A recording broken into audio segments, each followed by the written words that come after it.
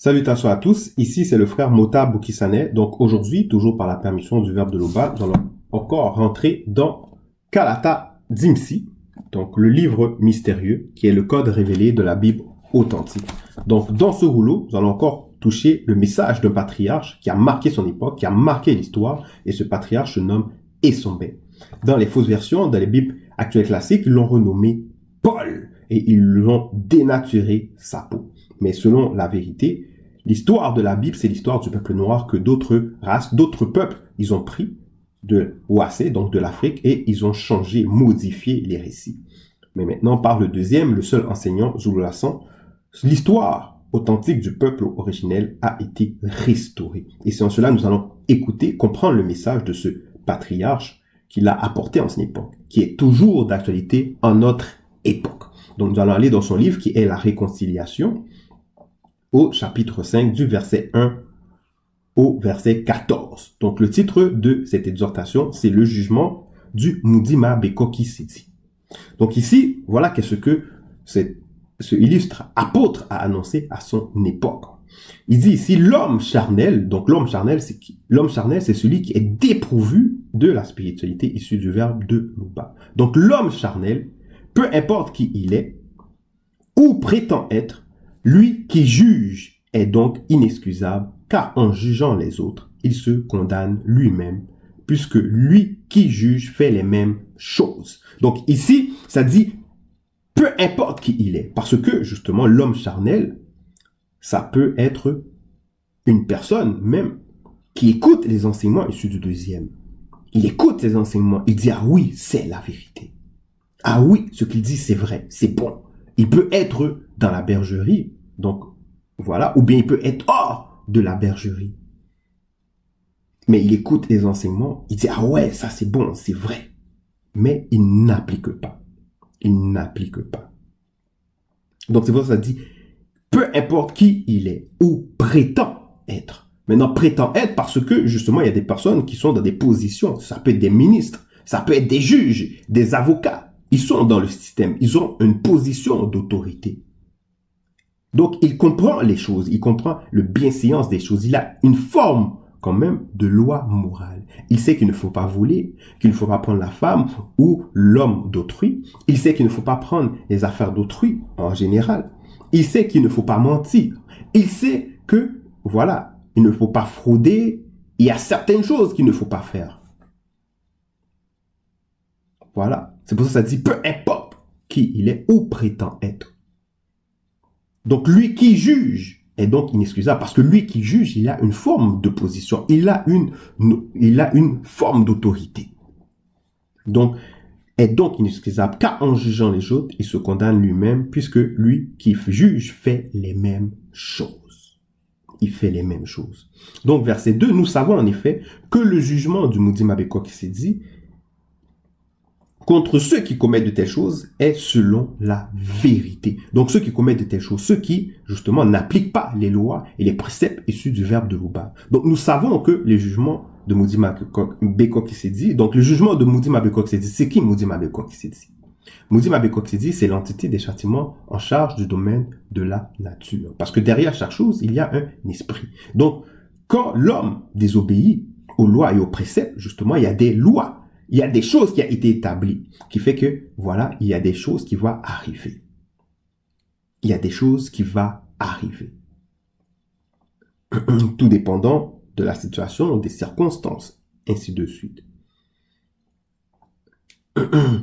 Donc ici, ça dit, nous savons en effet que le jugement du Mudima Bekoki Sidi contre ceux qui commettent de telles choses est selon la vérité. Est selon la vérité. Donc il peut y avoir des personnes qui commettent des choses, mais ils ne sont pas conscients. Donc, ils peuvent être ignorants. Ils peuvent être ignorants. Ils vont commettre de telles choses. Mais malgré qu'ils commettent de telles choses, ces personnes qui jugent, ils vont les juger durement. Alors que peut-être que telle personne, il a été éduqué, il a été élevé comme ça. Mais lui-même, il est conscient qu'il ne faut pas faire de telles choses. Donc ici, on nous fait comprendre que, en effet, nous savons en effet que le jugement du Mudima Bekoki Sidi contre ceux qui commettent de telles choses est selon la vérité. L'homme charnel, qui juge ceux qui commettent de telles choses et qui les fait, pense-t-il qu'il échappera au jugement du Mudima Bekoki Sidi? Parce que ici, justement, l'homme, justement, qui juge, l'homme charnel qui juge, souvent, il y a des fois, il va penser que en jugeant, qu'en faisant sa part, que ça va compenser les actions que lui, il fait. Ça va compenser les actions que lui, il fait. Donc, en cela, il pense qu'il peut échapper. Mais ici, justement, Essombe il pose cette question pour que cette personne, justement, cet homme charnel en position, puisse se remettre en question. Puisse se remettre en question. À savoir, pense-t-il qu'il échappera au jugement du maudit Mabeko qui s'est dit? Toi qui es dans cette position. Toi qui connais les principes des choses. Toi qui connais la loi. Du moins, ce que tu sais. Penses-tu que tu échapperas au jugement du maudit Mabeko qui s'est dit? Parce que souvent, ces personnes-là, justement, en position d'autorité, plus le temps passe, ils voient que rien ne les arrive. Donc, ils prennent pour acquis ce qu'ils font.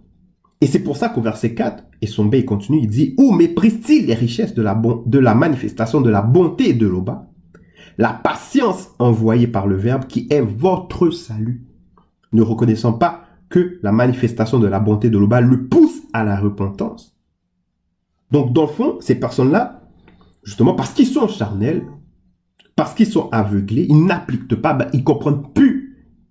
Ils ne comprennent pas, justement, le principe même du pourquoi ils ne sont pas encore châtiés. La patience, en fait, la personne ne devrait pas. La patience, en fait, le temps qui lui a été accordé, il ne devrait pas le prendre pour acquis. Mais il devrait comprendre qu'en fait, compte, genre, que c'est pour, justement, qu'ils puissent se repentir. Qu'ils puissent reconnaître que, waouh, ce que je fais là, c'est pas bien. Parce que je juge eux autres, mais moi, je commets ça. Donc, je dois changer. Moi-même, je n'accepterai pas que quelqu'un fasse ça, mais moi, je le fais. Donc, je dois changer. Donc, c'est pour ça que ça dit, où méprise-t-il les richesses de la manifestation de la bonté de l'Oba? La patience envoyée par le Verbe qui est votre salut, ne reconnaissant pas que la manifestation de la bonté de l'Oba le pousse à la repentance. Donc, quand il prend pour acquis, c'est parce qu'il méprise justement les richesses de la manifestation de la bonté de l'Oba. Il méprise cela. Et à la place, qu'est-ce qu'il fait? Verset 5, ça dit, mais par son endurcissement et par son cœur. Quand on parle de son cœur, c'est la conscience de son cœur. Donc, par son cœur impénitent, qui est endurci, qui est impie, qui est irrécupérable. Irrécupérable, parce qu'il est devenu insensible. Insensible. Donc, il sait, mais il est devenu insensible. Donc, en cela, il va même vouloir croire à de faux raisonnements. Donc, il amasse un trésor de colère pour le jour de la colère et de la manifestation du juste jugement des entités mystérieuses en charge des jugements conscients qui rendront à chacun, donc blanc et sans mêlé, selon leurs œuvres. Réservant l'angela buindea, donc la vie éternelle, à ceux connus qui, par la persévérance à bien faire, cherchent l'honneur, la gloire et l'immortalité. Donc ici, justement, Essombe nous fait comprendre que cette personne, cet homme charnel, par son endurcissement, justement, ça veut dire que quand, à la place de racheter le temps, à la place de profiter de ce temps qui est la manifestation de la bonté de l'Oba, donc qui est l'un des richesses de la manifestation de la bonté de l'Oba, tu vois, cette patience-là, qui est envoyée par le Verbe pour son salut, mais à la place de racheter le temps et de faire ce qu'il faut, parce que le premier exemple, la première chose qu'il faut, c'est montrer l'exemple par son comportement, mais à la place de justement racheter le temps, plus le temps avance, plus qu'il cumule de la faute. Parce que le Verbe, qu'est-ce qu'il veut? Le Verbe de l'Oba ne veut pas qu'on meure dans nos péchés. Il ne veut pas qu'on meure dans la faute, mais qu'on se sanctifie. Mais justement, lui, il se sanctifie pas. Donc, il amasse un trésor de colère jusqu'à mourir dans sa faute. Et c'est pour ça que ça dit qu'il amasse un trésor de colère pour le jour de la colère et de la manifestation du juste jugement des entités mystérieuses en charge des jugements conscients qui rendront à chacun, selon leurs œuvres. Parce que lui, il va arriver au bout. Le temps qu'il lui a accordé à la place de profiter de cela pour racheter le temps, mais il va aller jusqu'au bout. Et voilà. Il va se condamner lui-même. Alors que pour ceux, justement connus, eux autres, il s'est attaché à une vision. Donc cette vision, c'est quoi? C'est celui qui cherche l'honneur. Donc la gloire et l'immortalité, mais selon le Verbe. Donc ceux connus par la persévérance à bien faire, par la persévérance à bien faire, cherchent l'honneur, la gloire et l'immortalité.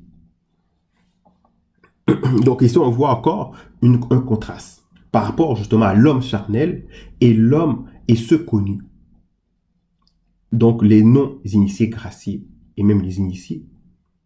Donc ceux connus, ils ont une vision à long terme qui fait qu'ils savent que pour récolter, ça prend du temps. Il faut travailler. Il faut travailler. Il faut faire des actions. Un peu comme quelqu'un qui va faire de l'agriculture. Il va travailler la terre, le remuer, mettre la graine, mettre de l'eau, mettre justement des engrais, ainsi de suite. Pour après, plusieurs temps après, récolter les fruits ou récolter les végétaux. Mais celui qui est l'homme charnel, lui, c'est maintenant tout de suite. Il veut les choses maintenant tout de suite. Même si il comprend les choses, mais il n'a pas justement de patience. Alors que la patience lui a été accordée pour revenir à la repentance, pour comprendre les principes des choses. Mais il pense sauter les étapes. Et en sautant les étapes, il se pense au-dessus des autres, donc il va commettre les choses. Donc on nous montre ici, Son Ben nous montre justement ce contraste.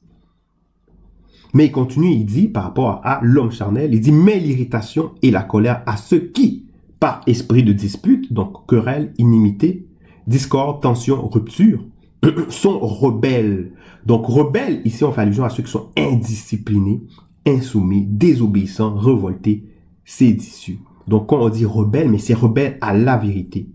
Rebelle à la vérité. Donc ici quand on parle de indiscipliné, quelqu'un qui est rebelle, donc quand on parle d'indiscipliné, c'est pas quelqu'un que peut-être que, voilà, chez lui il est en désordre et puis tout ça. C'est pas seulement ça. C'est quelqu'un qui n'obéit pas aux lois, aux préceptes. Qui n'obéit pas aux lois et aux préceptes. Donc il est insoumis, désobéissant. Donc quand il est désobéissant, c'est parce qu'il obéit à l'injustice. Parce qu'il y a la loi de l'injustice.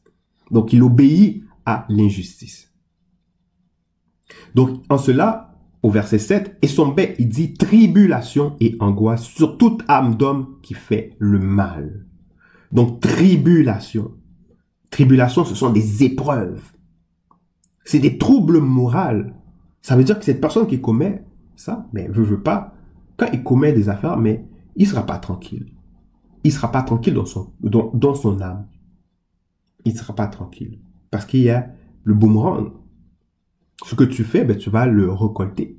Que ce soit dans cette réalité du visible, mais aussi de l'autre côté. Donc, il y a tribulation et angoisse. Parce que, justement, dans cette réalité du visible, on est de passage. C'est pour ça que plusieurs personnes ont peur de mourir. Parce qu'ils ne savent pas qu'est-ce qui va arriver après. Et là, ils vont penser à tout ce qu'ils ont fait. Est-ce qu'ils ont fait la bonne chose? Est-ce que c'est, est-ce que ça? Parce que c'est une tribulation. Déjà. Mais encore, c'est pas tout. Quand tu sèmes quelque chose, mettons, on va dire que tu as tué quelqu'un, que tu as volé quelqu'un, tu as fraudé quelqu'un, ben, tu n'es pas en paix. Donc, non seulement il y a la tribulation, il peut y avoir des comptes à rebours, il peut y avoir, vous voulez dire, un choc en retour, tu te fais traquer par des policiers, ainsi de suite. Voilà, tu as fait tomber quelqu'un, mais on peut te faire tomber aussi. Quelqu'un de plus grand que toi peut te faire tomber. Et angoisse, donc c'est un stress. Tu auras toujours peur. Donc, tribulation et angoisse sur toute âme d'homme qui fait le mal. Donc, c'est ici, on est en train de voir, on est en train de lire justement une loi que Essombe est en train de dénoncer par rapport à Moudi Mabé-Koksédi, par rapport au jugement de Moudi Mabé-Koksédi. Donc, tribulation et angoisse sur toute âme d'homme qui fait le mal, sur le non initié premièrement, puis sur le blanc et le sang mêlé métis. Verset 8, gloire et honneur et paix pour le non-initié gracié. Parce que justement, ce non-initié gracié, par la persévérance à bien faire, cherche l'honneur, la gloire et l'immortalité. Donc en cela, il va appliquer les lois, les préceptes issus du verbe de Loba. Il va appliquer la loi morale.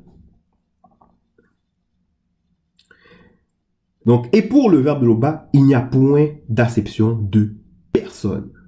Donc ça veut dire que celui qui juge, pourquoi il se condamne lui-même? Puisqu'il est conscient de cette loi, il n'est pas ignorant. Donc il rajoute une peine encore plus terrible. Déjà, il se condamne en faisant l'action, mais le fait qu'il juge autre personne, donc il y a une double condamnation. Donc pour le verbe de Loba, il n'y a point d'acception de personne. Il y a le jugement pour ceux qui jugent, il y a le jugement pour celui qui est ignorant, il y a le jugement pour celui qui désobéit, mais qui n'est pas ignorant, mais qui n'est pas en position d'autorité. Il y a un jugement, il y a, on va dire, une condamnation, il y a une loi pour tout cela. C'est pour ça ici, au verset 5, il dit, il amasse un trésor de colère pour le jour de la colère et de la manifestation du juste jugement des entités mystérieuses en charge des jugements conscients. Des jugements conscients. Parce que chaque faute, il y a la bonne mesure qui est appropriée à cette faute-là. La bonne peine qui est appropriée à cette faute-là. Et personne ne peut se justifier. Donc, en cela, verset 10, ça dit, tous ceux qui ont péché sans la loi périront aussi sans la loi. Et tous ceux qui ont péché sous la loi seront jugés selon la loi. Car ce ne sont pas, en effet, ceux qui écoutent la loi qui sont justes pour le verbe de Loba, mais ce sont ceux qui la mettent en pratique qui seront justifiés. Donc ici, ça s'adresse justement à tous ceux, que tu sois dans la bergerie, que tu sois pas dans la bergerie, que tu écoutes les enseignements du deuxième ou pas, ça s'adresse justement à tout cela. Que ce n'est pas le fait d'écouter qui fait que on va être juste devant le verbe, mais c'est le fait de mettre en pratique. De mettre en pratique. Donc les non-initiés n'appliquent pas totalement la loi spirituelle qui est inscrite dans l'esprit de tout homme noir. Ils n'appliquent pas totalement la loi spirituelle. Ils n'appliquent pas cette loi parce que justement, à cause de la faute des ancêtres, il y a certains non-initiés qui n'ont pas nécessairement conscience, qui n'ont pas pris le temps de méditer par rapport à certaines lois. Donc ils vont faire des actions, ils vont faire des choses. Ils vont peut-être recopier ce que leurs ancêtres ont fait. Mais il va arriver un moment donné qu'il va être mis devant le fait accompli. Il va devoir réfléchir à ça. Et c'est pour ça qu'il est dit au verset 13, « Ainsi le verbe montre que l'œuvre de la loi spirituelle issue du verbe de Loba est écrite aussi dans la conscience de leur cœur. Leur esprit en rend témoignage, car leur conscience s'accuse ou se défend tour à tour. » Donc ici, si on devrait donner un exemple, quelqu'un qui va, on va dire, un homme noir qui va prendre une femme blanche. Et que lui, il a grandi dans une société où ils vont parler, où il va avoir des personnes qui vont faire de telles choses. Mais à un moment donné dans sa vie, il va rencontrer un homme noir que lui, il va lui parler. Il va lui dire, mais c'est pas normal, il n'est pas de ta race, etc. Tu vas pas te recopier, tu vas pas te faire toi-même. Donc, en prenant elle, c'est que tu t'aimes pas toi-même. Tu t'aimes, voilà. Ou encore, si, mettons, la personne se décape la peau ou bien change ses cheveux et qu'il a grandi, c'était naturel parce que sa mère peut-être l'a éduqué comme ça, l'a habitué comme ça, mais à un moment donné, il va rencontrer une autre femme qui, elle, est naturelle et qui va lui parler et dont les paroles vont frapper son intellection. Et là, maintenant, c'est là qu'il va arriver que la personne, sa conscience va s'accuser ou se défendre tour à tour. Donc, c'est pour ça ici, ça dit, ainsi le verbe montre que l'œuvre de la loi spirituelle issue du verbe de Loba est écrite aussi dans la conscience de leur cœur. Leur esprit en rend témoignage, car leur conscience s'accuse ou se défend tour à tour. Donc, verset 14, c'est ce qui paraîtra au jour où, selon mon évangile par le maudit, le verbe de l'Oba dévoilera les actions secrètes des hommes. Donc c'est ce qui se paraîtra. Parce qu'à chaque fois qu'une personne commet quelque chose, qu'il soit conscient ou pas, à un moment donné dans la vie, il va être confronté à cela. Peu importe que ce soit vis-à-vis d'une personne, une situation, une circonstance, il va être confronté à cela. Et dans sa conscience, il va dire, mais c'est vrai, c'est pas normal. Mais maintenant, il va devoir faire un choix. Ok, je le fais ou je le fais pas. Maintenant, c'est la même chose pour l'homme charnel qui juge. Lui-même, il est conscient. Mais quand il le fait, justement, quand il va juger l'autre personne, il va le condamner alors que lui-même, il sait qu'il fait ça. Mais il va le garder secret pour lui. Ben, c'est ce qui paraîtra au jour où, selon mon évangile par le Mundi, le verbe de l'Oba dévoilera les actions secrètes des hommes. Donc ici, c'était le message. L'Oba unique créateur est toujours glorifié.